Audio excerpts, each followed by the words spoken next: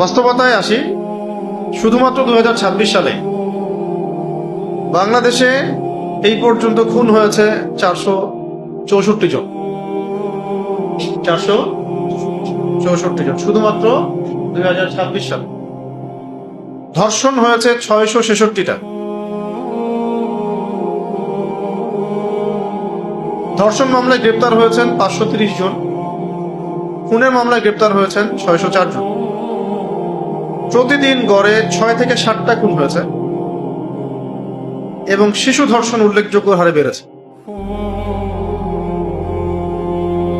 বাংলাদেশের পুলিশের প্রকাশিত পরিসংখ্যান অনুযায়ী অপরাধের বৃদ্ধির হার: চুরি বেড়েছে 12%, অপহরণ বেড়েছে 71%, ছিনতাই বেড়েছে 37%, ডাকাতি 43%।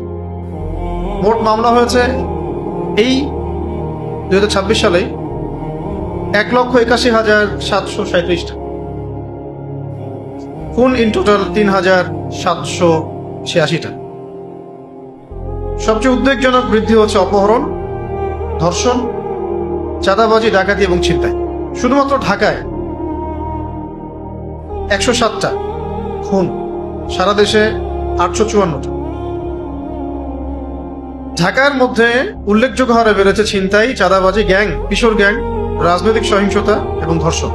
এ বিষয়ে 2025 সালের শেষ থেকে 26 সালের অভিযানে গ্রেপ্তার হয়েছেন 22,464 জন। আগ্নেয়াস্ত্র উদ্ধার 483টা, গুলি উদ্ধার এরকম 4,500, মোট আটক 64,000। আর অনেক তথ্য আছে, এগুলো বলা আপনাদের কাছে উদ্দেশ্য না, এগুলো বের করতেই থাকা যাবে। বলা উদ্দেশ্য হচ্ছে যে এত কিছু হয়ে যাওয়ার পরেও, এটা শুধু একটা বছরের 6 মাস 7 মাসের একটা পরিসংখ্যান, আরো অনেক পরিসংখ্যান আছে।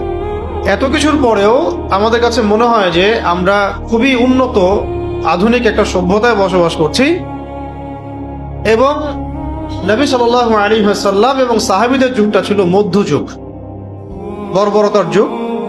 নাউযু বিল্লাহি মিন যালিক। আমরা এখন আছি খুব আধুনিক একটা যুগ, উন্নত সভ্যতায়। আমরা খুব ভালো সুফি, দরবেশ, আল্লাহর ওলি। জন্য অনেককে শোনা যায় বলতে যে আমরা তো আর এখন মধ্যযুগে নাই, আমরা এখন আধুনিক যুগে চলে আসছি। আধুনিক যুগে মাত্র 6 মাসের একটা পরিসংখ্যান দেখানো হলো। এই পরিসংখ্যানগুলো তাদের থেকেই নেয়া, অনলাইন ঘাটলেই দেখতে পারবেন।